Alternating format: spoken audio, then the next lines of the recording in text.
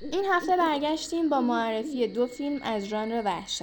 به علاقه‌مندای این ژانر توصیه میکنم که اگه تا حالا این دوتا فیلم رو ندیدید به هیچ وجه از دستشون ندید.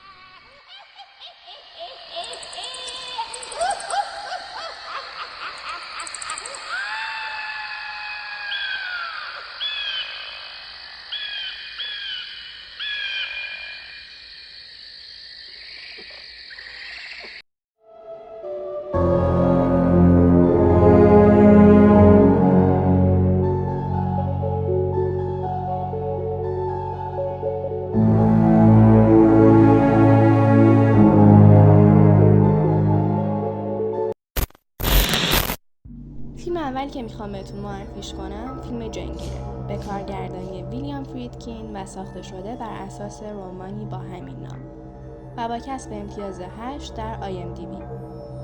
فیلمی با تفاسیر بلوغ، دین در مقابل علم، طبیعی در مقابل فراطبیعی، غفلت جامعه از مشکلات روانی و البته خیر در مقابل شر.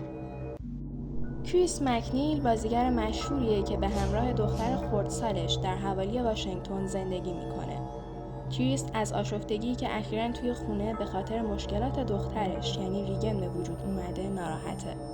ولی به زودی مشخص میشه که باید نگران موضوعات ترسناکتری باشه. چرا که سر و صداهایی که از اتاق زیر شیروانی خونه شنیده میشد کار موشا نیست و حال ریگن روز به روز بدتر میشه و کریس ناامیدانه به دنبال راه حلی میگرده تا حال ریگن بهتر بشه. ریگن پروسه پیچیده و ترسناکی رو برای تشخیص مشکلات پزشکیش پشت سر میذاره که هیچ کدوم کمکی به حال اون نمیکنن. وضعیت ریگن روز به روز وحشت‌آورتر میشه تا اینکه کریس دست به دامن کشیشی به نام دامیان کاراس میشه. اون بعد از ملاقات با ریگن مجاب میشه که ماجرا زیر سر موجودی شیطانی و قدرتمنده و حتی شاید چندین اجنه و حالا تمام تلاششو میکنه که ریگن رو نجات بده.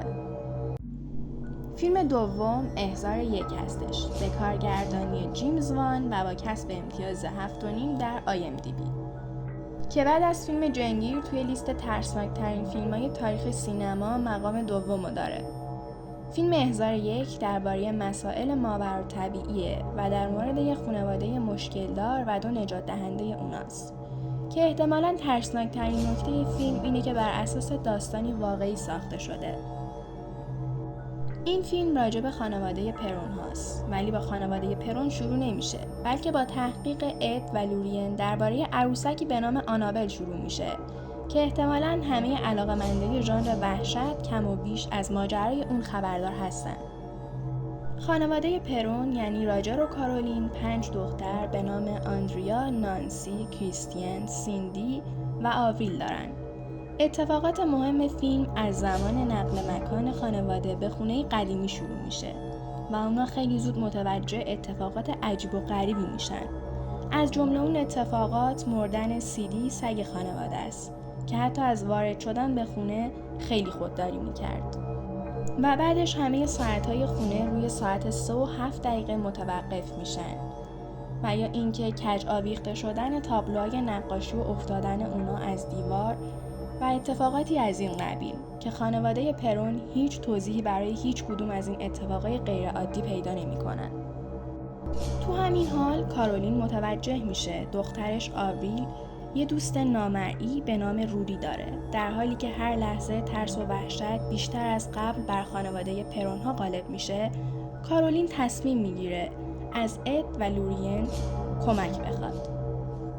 اد و لورین وارن 2 نفری که به ترتیب 2 شیطان شناس و واسطه روحی واقعی بودند که به خانواده‌های زیادی کمک کردند و تحقیقات زیادی رو هم راجع به مسائل ماورایی و تسخیرهای شیطانی انجام دادن.